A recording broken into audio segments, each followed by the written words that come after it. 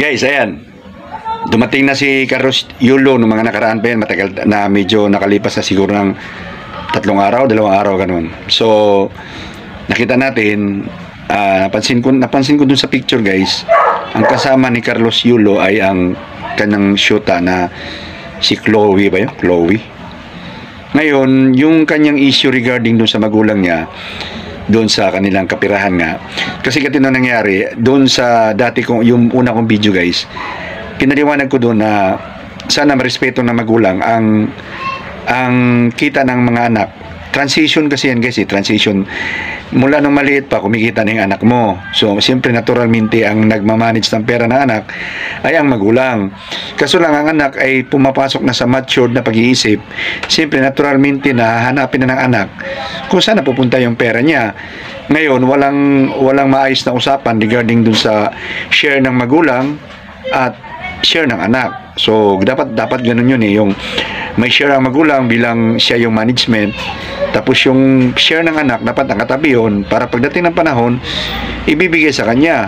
Since yun ang nagiging problema kadalasan, pansinin mo yung mga artistang kumikita na ganun din.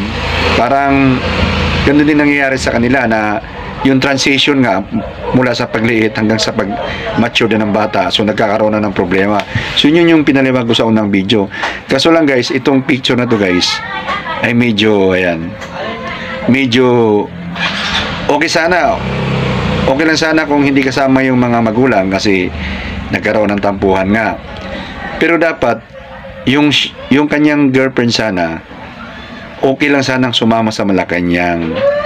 Wag na sana siyang umipal-ipal doon sa picturean, tanggap ng mga kuhaan. Sana nag-give lang ba for delikadisa man lang sana.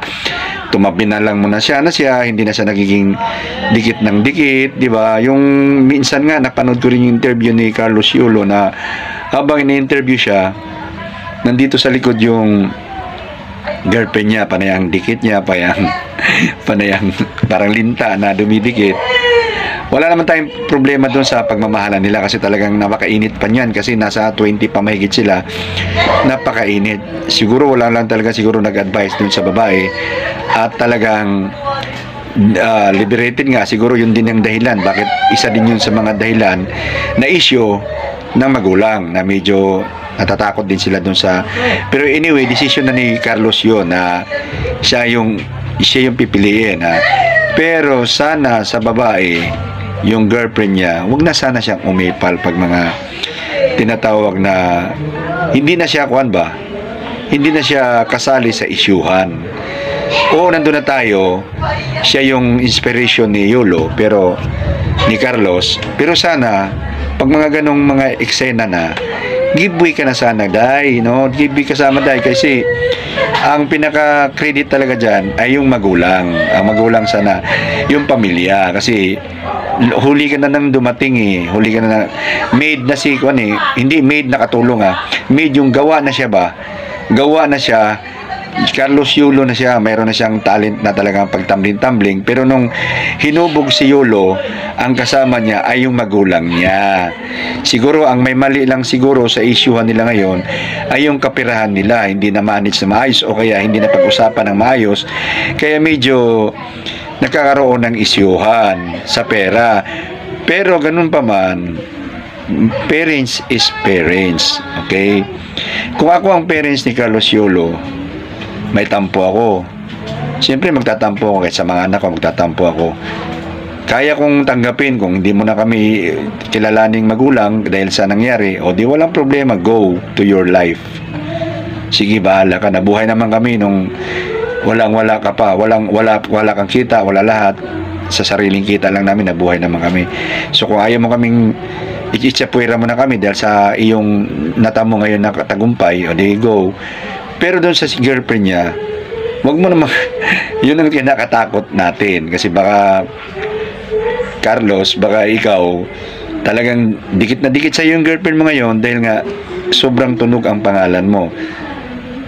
Pero kung paano kung, di ba, ang relation ay bago mo matkamit yung tutok ng tagumpay ng relasyon na magsama kayo, ay katakot-takot na pagsubok yan. So sana magtira ka rin Yulo para sa sarili mo, no? Sana wag mong ubusin na ibigay doon sa kuwan. Kasi medyo kuwan yung babae.